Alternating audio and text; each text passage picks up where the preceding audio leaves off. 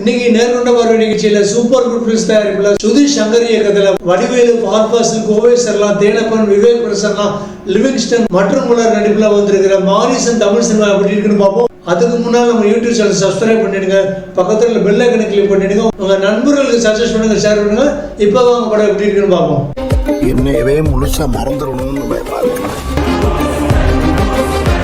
திருநெல்வேலி பாளையங்கோட்டை ஜெயிலிருந்து வெளியே வந்த திருடன் தயாங்கிற ஃபஹத் ஃபாசில் ஒரு செல்போனை திருடி தன்னுடைய அடுத்த இன்னிங்ஸ்க்கு பிள்ளையார் சொல்லி போட்டுட்டு திருநெல்வேலியிலிருந்து கன்னியாகுமரி அடுத்த நாகர்கோவிலுக்கு வந்து அப்படியே ஒரு தியேட்டர்ல பழைய ஹோண்டா பைக்கை திருடிட்டு வந்துடுறாரு. ராத்திரி ஒரு தனி வீடை பார்த்து திருட முயற்சி பண்ணும்போது வீட்டுக்குள்ள வேலாயுதம் பிள்ளைங்கிற வடிவேலு சங்கிலியால கட்டி போட்டிருக்காங்க. அவர் என்னுடைய சங்கிலியை ஊற்றி எப்படியாவது என்னை வெளியில நான் சொல்ற இடத்துல விட்டுரு, உனக்கு 25,000 ரூபாய் பணம் தரேன்னு சொல்றாரு. அதனால அவர் அப்படியே மீட்டுட்டு அவருடைய அக்கௌண்ட்ல 25 லட்சம் ரூபாய் பணம் இருக்குன்னு தெரிஞ்சு அதை அப்படியே அடிக்க பிளான் பண்ணி அவரை தன்னுடைய பைக்ல ஏற்றிட்டு ஒவ்வொரு ஏடிஎம்மா வர்றாரு ஃபஹத் ஃபாசில். அப்படியே வடிவேலு தன்னை திருவண்ணாமலை, கோயம்புத்தூர், பாலக்காடு இந்த ஊருக்கெல்லாம் என்னை கூட்டிட்டு போ, உனக்கு ட்ரிப்புக்குள்ள பணம் தரேன்னு ஃபஹத் ஃபாசில் கூட பேசி அவர் கூட பைக்ல டிராவல் பண்ண ஆரம்பிக்கிறாரு. ஆகா, ட்ரிப்புக்கான பணமும் கிடைக்குது, அதே நேரத்துல வடிவேலுடைய ஏடிஎம் கார்டு பின்னு நம்ம தெரிஞ்சா அந்த 25 லட்சம் ரூபாய் பணமும் கிடைக்குன்னு கணக்கு போட்டுக்கிட்டு தன்கிட்ட சிக்கின சரியான ஒரு கொழுத்தை எளிதா வடிவேலுன்னு நினைச்சுக்கிட்டு சந்தோஷமா பைக்ல பறக்க ஆரம்பிக்கிறாரு பாபா. ஆனா பின்னால தான் தான் வடிவேலுங்கிற பாம்பு கிட்ட வாலண்டியரா வந்து மாட்டிக்கிட்டு எலின்னு ஃபஹத் ஃபாசிலுக்கு போக போக தெரியுது. அப்புறம் நடக்கிற சம்பவங்கள் என்னன்னு பரபரப்பா சொல்ற ஒரு காமெடி த்ரில்லர் படம் தான் மாரிசன். என்னையவே முழுசா மறந்துடணும்னு பயப்படுறேன். படத்துல வேலாயுதம் பிள்ளை வடிவேலு மாமன்னன் படத்துக்கு அப்புறம் கலக்கி எடுத்துக்காரு. மாமன்னன் படத்திலேயாவது சில சீன்கள் வடிவேலு பேசும்போது அவருடைய பழைய காமெடி டைலாக்கள் ஞாபகத்தை வந்து லைட்டா நமக்கு சிரிப்பு வந்தாலும் முடிஞ்ச அளவுக்கு மாமன்னன் படத்துல ஸ்கோர் பண்ணியிருந்தாரு வடிவேலு. ஆனா இந்த படம் அதுக்கும் மேல, இந்த படத்துல ஒரு ஒவ்வொரு சீன்லயும் அவருடைய எந்த பழைய காமெடி படங்களோ அவருடைய காமெடி வசனங்களோ நமக்கு சுத்தமா ஞாபகத்துக்கு வரவே இல்லை. அந்த அளவுக்கு சூப்பரா பண்ணியிருந்தாரு வடிவேலு. ஃபர்ஸ்ட் இவருடைய தோற்றமே கம்ப்ளீட்டா வித்தியாசமா இருந்தது. டக்கிங் பண்ண ஷர்ட் பேண்ட்னு ஒரு ஜென்யூன் லுக்ல சோசியல் மீடியாக்கள்ல பயங்கர அப்டேட்டடான ஒரு கேரக்டரா கம்ப்ளீட்டா ஒரு சீரியஸான ரோல்ல வடிவேலுவை பார்க்க ரொம்ப வித்தியாசமா இருந்தது. அப்படியே எனக்கு மலையாள நடிகர் இந்திரன்ஸை தான் ஞாபகப்படுத்துறாரு வடிவேலு.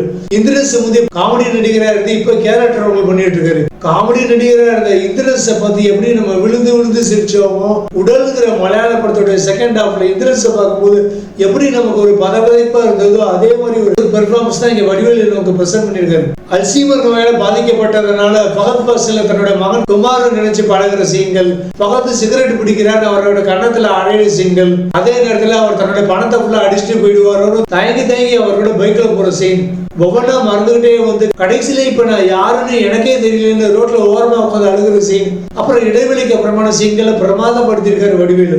பேசாம வடிவேலு இந்த மாதிரி கேரக்டர் ரோல்கள் பண்ணா சூப்பரா இருக்கும். ஏன் மறுபடியும் இந்த சந்திரமுகி 2 கேங்ஸ்டர் மாதிரியான மொக்கையான படங்களை காமெடி ரோல் பண்ணிட்டு இருக்காரு தெரியல. பழைய நடிகர் நாகேஷ் எல்லாம் தன்னுடைய காமெடிக்கு மார்க்கெட் வெளி குறைஞ்சு போச்சு தெரிஞ்ச உடனே பின்னால கேரக்டர் ரோல்கள் வில்லனா நடிக்க ஆரம்பிச்ச பிறகு மறுபடியும் நாகேஷ் காமெடி கேரக்டர்கள் பண்ணவே இல்லை. ரொம்ப வருஷங்கள் கழிச்சு அவை சம்பகி, பஞ்சதந்திர படங்களை மட்டும்தான் காமெடி ரோல் பண்ணியிருந்தாரு. அதே மாதிரி வடிவேலு இனி இதே மாதிரி ராக் மாதிரி வித்தியாசமான கதாபாத்திரங்களை நடிச்சா அவர் மறுபடியும் ஒரு பெரிய ரவுண்ட் வர வாய்ப்பு இருக்கு. அடுத்து இந்த படத்தோட இடது கண்ணான ஃபஹத் ஃபாசில் ஒரு ஏற்கனவே இதே மாதிரி ஜாலியான கேரக்டர்ல மலையாளத்துல மகேஷ் பிரதிகாரம், ஞான் பிரகாசம், பாச்சுவும் அற்புத விளக்கம், வேட்டையன் மாதிரி படங்களை பண்ணிட்டாரு. அந்த கேரக்டர்களுடைய ரிப்பீட்டேஷன் தான் இந்த படம். இதுல ஹீரோவுக்கு இணையா வந்தாலும் செகண்ட் ஹீரோ லெவல் கூட இல்லாம ஒரு சப்போர்ட்டிங் ஆக்டரா தான் நடிச்சிருக்காரு. ஆனா எந்த வித கூச்சமும் பார்க்காம சூப்பரா பண்ணிருக்காரு பாபா. ஆரம்பத்துல ஜாலியா திருடுற காட்சிகள், ராத்திரி ஒரு வீட்டுல கட்டி போட்டு இருக்கிற வடிவேலு கிட்ட பணம் கேட்டு மிரட்டுற சீன், அவர் அக்கௌண்ட்ல 25 லட்சம் ரூபாய் பணம் இருக்கு தெரிஞ்ச உடனே அதை எப்படியாவது அபேஸ் பண்ணணுங்கிறதுக்காக அவர் அப்படியே வடிவேலு கிட்ட நைஸா சிரிச்சு பேசிக்கிட்டே தாஜா பண்ற சீன், அப்படின்னு சில சமயங்கள்ல வடிவேலுனால தன்னுடைய நிறைய பணங்களை இழக்க வேண்டி வரும்போது அந்த கோபத்தை கட்டுப்படுத்த முடியாம வெளிப்படுத்துற சீன், அவர் நண்பர் கூட சேர்ந்து பிளான் பண்ற சீன், கடைசியா வடிவேலு தன்னுடைய நோக்கங்களுக்கான கருவியாக தன்னை இதுவரைக்கும் யூஸ் பண்ணிக்கிட்டு இருக்காருன்னு தெரிஞ்சு மன செலவுல கொந்தளிக்கிற காட்சிகளை பாப்பா சூப்பரா பண்ணிருக்காரு. பாப்பாட்ட ஒரு பெரிய ஸ்பெஷாலிட்டி இருக்கு. என்னன்னா சில கிராமப்புற கதாபாத்திரங்களை நடிக்கிற நடிகர்கள் நகர்ப்புற கதாபாத்திரங்களுக்கு செட் ஆக மாட்டாங்க. உதாரணத்துக்கு ராமராஜன் மாதிரி. அதே மாதிரி நகரத்துல இருக்கிற மாடர்ன் கதாபாத்திரங்களை நடிக்கிற நடிகர்கள் கிராமப்புற கதாபாத்திரங்களுக்கு செட் ஆக மாட்டாங்க. அரவிந்த் சாமி மாதிரி. பட் நம்ம பாப்பா எந்த கேரக்டருக்கும் எந்த காஸ்டியூம்ல வந்தாலும் அப்படியே கரெக்டா மேட்ச் ஆகிறாரு. எப்படி தொண்டி முதலும் திருஷ்ய சாட்சிங்கிற மலையாள படத்துல சாதாரண கைலியோட தான் படம் ஃபுல்லா லோக்கல் வில்லேஜ் திருடனா வந்து அந்த கதாபாத்திரத்துக்கு கரெக்டா மேட்ச் ஆயிருந்திருப்பாரோ, அதே மாதிரி எஸ்கே நடிச்ச வேலைக்காரன் படத்துல கோட்டு சூட்டெல்லாம் போட்டு வந்து இங்கிலீஷ்ல பேசுற கார்பரேட் முதலாளி கதாபாத்திரத்துக்கும் அப்படி 100% ஃபிட்டா இருப்பாரு ஃபாஃபா. நிறைய படங்கள்ல ஜாலியான ரோல் பண்றாரு, நிறைய படங்கள்ல சீரியஸான ரோல் பண்றாரு, நாயகனா நடிக்கிறாரு, வில்லனா நடிக்கிறாரு, கேரக்டர் ரோல் பண்றாரு, எல்லாத்துக்குமே அப்படி 100% பொறுத்துறாரு ஃபாஃபா. அடுத்து இந்த படத்துல முக்கியமான கதாபாத்திரம் யாருன்னு பாத்தீங்கன்னா போலீஸ் அதிகாரி அவரை கோவை சர்லா. இதுக்கு மேல இவங்க கேரக்டர் நடிப்பை பத்தி சொன்னா நிறைய விஷயங்கள் நான் ரிவீல் பண்ற மாதிரி இருக்கும். ஆனாலும் தனக்கு பேத்தி பிறந்திருக்குன்னு வடிவேலு கிட்ட லண்டன் இன்ட்ரெஸ்டிங்ல நல்லா பண்ணியிருந்தாங்க. ஆனா பாதிக்கப்பட்ட ஒரு பெண் கம்ப்ளைண்ட் பண்ணும் போது இவங்க சிரிச்சுக்கிட்டே கேட்கிற மாதிரி ஒரு ஃபீலிங் எனக்கு வந்தது. என்னடா ஒரு அம்மா அழுதுகிட்டே கம்ப்ளைண்ட் பண்ணிட்டு இருக்காங்க, ஆனா கோவை சர்லா அதை கொஞ்சம் கூட புரிஞ்சிக்காம ஸ்மைல் பண்ணிக்கிட்டே கேட்கிறாங்களேன்னு எனக்கு தோணுச்சு. இது எனக்கு மட்டும்தான் அப்படி தோணுச்சான்னு தெரியல. மற்ற நடிகர்கள் விவேக் பிரசன்னா, தயாரிப்பாளர் தேனப்பன், டைரக்டர் சரவண சுப்பையா, லிவிங்ஸ்டன், சித்தாரா எல்லாருமே கொடுத்த கதாபாத்திரங்களை நல்லா நிறைவாவே பண்ணியிருக்காங்க. என்னையவே முழுசா மறந்துடணும்னு பயமாங்க. படத்தோட இயக்குனர் சுதீஷ் சங்கருக்கு இது 3வது படம். முதல் படம் 2009 வந்த ஆறுமணமே. இப்படி ஒரு படம் வந்துச்சான்னு யாருக்குமே தெரியல.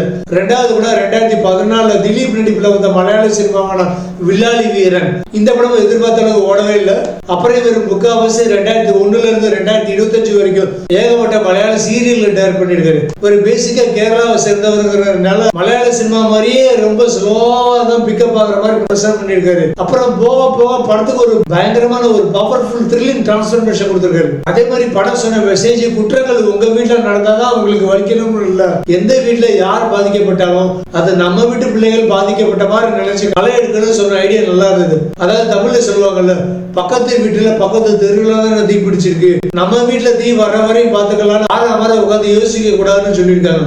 கிட்டத்தட்ட முதல் பகுதியில அன்பே சிவம் படம் மாதிரி, முயலன் படத்துடைய செகண்ட் ஹாப் மாதிரி ஒரு 2 கதாபாத்திரங்களை வச்சு கொண்டு போய் அந்த 2 கதாபாத்திரங்களை மட்டும் வச்சு மற்ற கதாபாத்திரங்களை ஒவ்வொன்றா கதைக்குள்ள கொண்டு வந்த ஐடியா நல்லா இருந்தது. படத்துக்கு கேரக்டர் ஸ்கெட்சிங், கேஸ்டிங் செலக்ஷன் நல்லா இருந்தது. இந்த படத்துக்கு வடிவேலு எப்படி கதாநாயகனை செலக்ட் பண்ணாங்கன்னு ஆரம்பத்தில் எனக்கு ரொம்ப ஆச்சரியமா இருந்தது.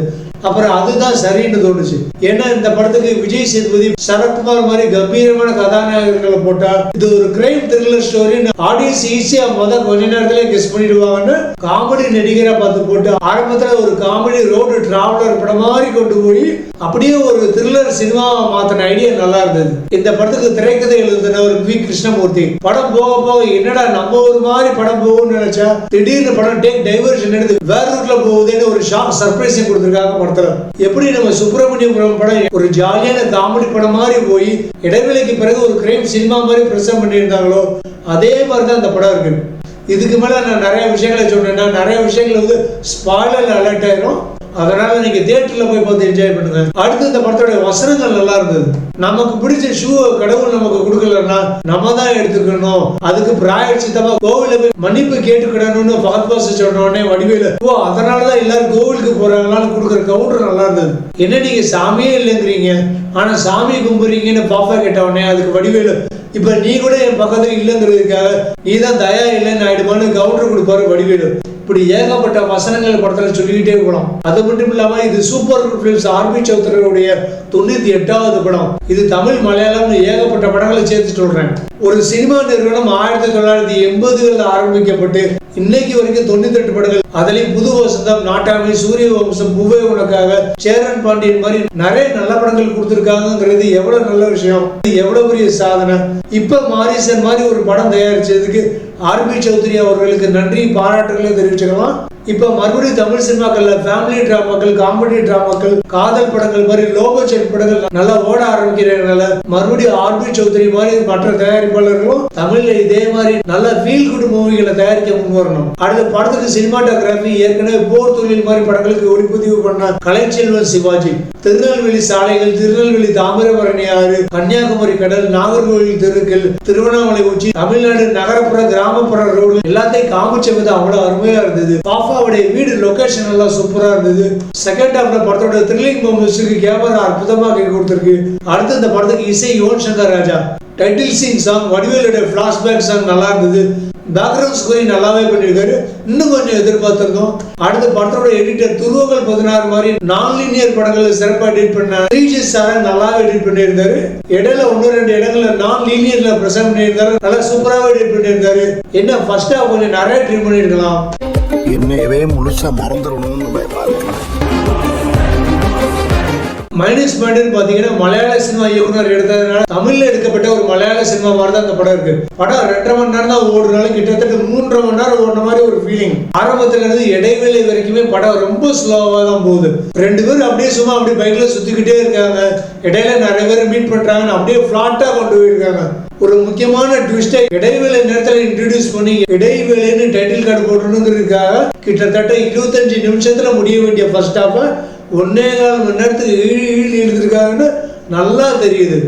அந்த பைக் ஆடு மேல மோதி தகராறு நடக்கிற காட்சி மாதிரி சில சீன்கள் இந்த படத்துடைய ஃபர்ஸ்ட் ஹாஃப்க்கு தேவையே இல்லைன்னு நல்லா தெரியுது. நானும் படம் கிளைமேக்ஸ் வரைக்கும் இப்படித்தான் போகுமோன்னு பயந்து இடைவேளையோட தேட்டர் விட்டு கிளம்பிடலாம்னு நினைச்சேன். ஆனா இடைவேளைன்னு டைட்டில் கார்டு போடுறதுக்கு ஒரு 5 நிமிஷத்துக்கு முன்னாடி இவங்க ஒரு ட்விஸ்டை இன்ட்ரடியூஸ் பண்ணும்போது தான் அப்படியே உட்காந்துட்டேன். அதுக்கப்புறம் படம் செகண்ட் ஹாஃப்ல ஃபயர் மாதிரி பத்தி எரிய ஆரம்பிச்சிச்சு.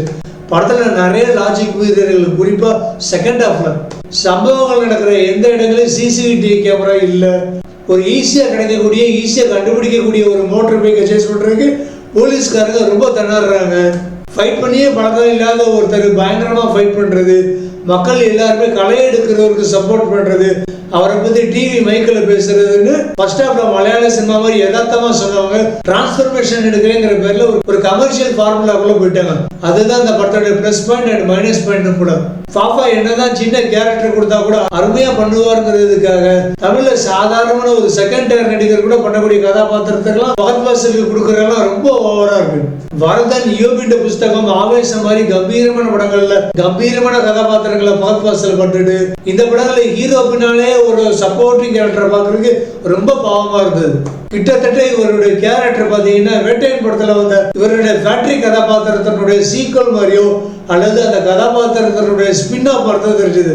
ஆனா பாப்பா பண்ணதுனாலதான் இந்த தயா கதாபாத்திரத்துக்கு உயிரை கிடைச்சிருக்குங்கிறது தனி விஷயம். அதுக்காக ஃபஹத் பாசில் மாதிரி ஒரு பெரிய நடிகருக்கு இந்த மாதிரி ஒரு சாதாரணமான கதாபாத்திரங்கள் கொடுக்கறது நம்ம இயக்குநர்கள் கண்டிப்பா நிப்பாட்டணும். இதுல ரொம்ப கொடுமையான விஷயம், இந்த படத்தோட டைரக்டர் ஒரு மலையாள சினிமா இயக்குநருங்கிறது தான். கிட்டத்தட்ட பாப்பா ஒரு மேக்ஸ்ல பிஹெச்டி எடுத்த ப்ரொஃபசர் மாதிரி அவருக்கு போய் சேலஞ்சு சவால் கொடுக்குறேன்னு சாதாரண மல்டிபிளிகேஷன் சம்பளம் கொடுத்து சால்வ் பண்ண சொல்லக்கூடாது. அடுத்தது ஒரே பைக்ல 2 பேர் நாகர்கோவில்ல இருந்து திருவண்ணாமலை அப்புறம் அங்கிருந்து கோயம்புத்தூர் இப்படி கண்டினியூஸா 3 நாட்கள் டிராவல் பண்ண முடியுமா? என்னதான் நைட்டு லாட்ஜ்ல ரூம் போட்டு ரெஸ்ட் எடுத்தாலும் நைட் 1-2 பெக் அடிச்சாலும் இதெல்லாம் சாத்தியமானு தெரியல. அடுத்து முக்கியமான ஒரு மைனஸ் பாயிண்ட் செகண்ட் ஹாஃப்ல நடக்கிற முக்கியமான சம்பவங்களுக்கான டீடைல்ஸ், குறிப்பா அந்த பிளாஷ்பேக் சீனுக்கான டீடைல்ஸ் இவங்க சீன்களா சொல்லாம வெறும் டயலாக்களா டெலிவரி பண்ணதுனால அந்த பாதிப்பு கனெக்ஷன் மனசுல கொஞ்சம் கூட வரவே மாட்டேங்குது. படத்தோட முக்கியமான ஜீவனே அந்த பிளாஷ்பேக் சீன் தான். அதை அப்படியே சீனை டெலிவரி பண்ணாம டயலாகா டெலிவரி பண்ணிருக்காங்க. அந்த நேரத்துல கோவை சைடுல தேவையில்லாம அப்படியே ஸ்மைல் பண்ணிட்டே இருக்கு. சோ அந்த படத்தோட முக்கியமான ஜீவனான அந்த சீன் அப்படியே டோட்டலா அவுட் ஆனதுனால நாயகன் பண்ற சம்பவங்கள் மேல நமக்கு எந்த ஒரு பாதிப்போ எந்த ஒரு கனெக்டை ஏற்படுத்தவே இல்லை. அதுதான் இந்த படத்தோட மிகப்பெரிய மைனஸ் பாயிண்ட். இவங்க ஃபர்ஸ்ட் ஹாஃப் ரொம்ப ட்ரிம் பண்ணி செகண்ட் ஹாஃப்ல வரக்கூடிய அந்த பிளாஷ்பேக் சீனை நல்லா எலாபரேட் பண்ணியிருந்தாங்கன்னா ஆடியன்ஸ் மனசுல அவ்வளவு சூப்பரா கனெக்ட் ஆகிடும். அதை டோட்டலா மிஸ் பண்ணியிருக்காங்க இவங்க. மற்றபடி வேற எந்த மைனஸ் பாயிண்ட்களும் அந்த படத்துல இல்லை. என்னையவே முழுசா மறந்துடணும்னு பயமா. படத்தோட மாரல் வெளி நம்ம வீட்டுல ஒரு சம்பவம் நடந்தாதான் நம்ம ஆக்ஷன் எடுக்கணும் அவசியம் இல்லை.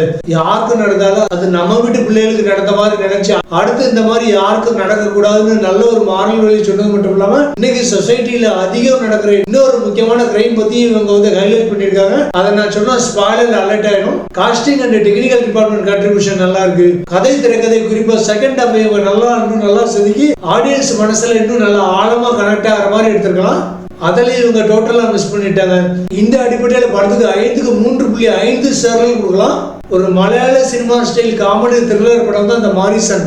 எங்களுக்கு மலையாள காமெடி த்ரில்லர் படங்கள் பிடிக்கும். படம் ஆரம்பத்துல ரொம்ப ஸ்லோவா பிக்கப் ஆகி போக போக வேற ரூட்ல டைவர்ஷன் இருக்கிற சுப்பிரமணியபுரம் படம் மாதிரி படங்கள் எங்களுக்கு பிடிக்குங்கிறவங்களுக்கு மட்டும்தான் இந்த படம் செட் ஆகும். மற்றபடி எங்களுக்கு படம் ஃபுல்லா கமர்ஷியலா இருக்கணும், நல்லா டைம் பாஸ் ஆகணும், நிறைய பாட்டு வேணும், ஃபைட்டு வேணும், வடிவேல் இருக்கிறதுனால நிறைய காமெடி வேணும்னு எதிர்பார்க்கிறவங்களுக்கு இந்த படம் கண்டிப்பா செட் ஆகாது. அடல்ட் சீன்ல அந்த அளவுக்கு இல்ல, பட் சில இடங்கள்ல வன்முறைகள் கொஞ்சம் அதிகமா இருக்கு. மொத்தத்துல மாரிசன் பவர்ஃபுல் ஈசன் சொல்லி இந்த விமர்சனத்தை நான் முடிச்சுக்கிறேன். இந்த விமர்சனம் பிடிச்சிருக்குன்னு நினைக்கிறேன். பிடிச்சிருந்தா லைக் பண்ணுங்க, உங்க கருத்துக்களை கமெண்ட் பாக்ஸ்ல எழுதுங்க. நம்ம யூடியூப் சேனல் சப்ஸ்கிரைப் பண்ணுங்க, பக்கத்துல பெல் ஐகானை கிளிக் பண்ணுங்க. நண்பர்களுக்கு சஜஸ்ட் பண்ணுங்க, ஷேர் பண்ணுங்க. மீண்டும் இதே மாதிரி ஒரு நேர்கொண்ட பார்வை திரைவிமர்சன நிகழ்ச்சியில் உங்களை சந்திக்கும் வரை உங்களிடமிருந்து விடைபெறுவது உங்கள் செல்வம்.